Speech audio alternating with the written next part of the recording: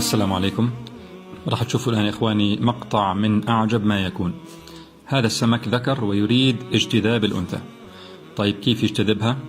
بده يعمل لوحة فنية بزعانفه، ما عندوش أي وسيلة إلا زعانفه عشان يعمل بها لوحة فنية.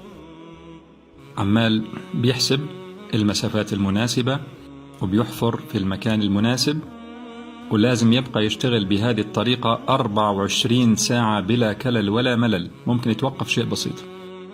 هذه هي القطعة اللي بيلتقطها عشان يزين بها أطراف لوحته الفنية اللي حنشوفها كمان شوي. إذن بده يعمل 24 ساعة ولمدة أسبوع، ممكن يستريح ولكن للحظات فقط.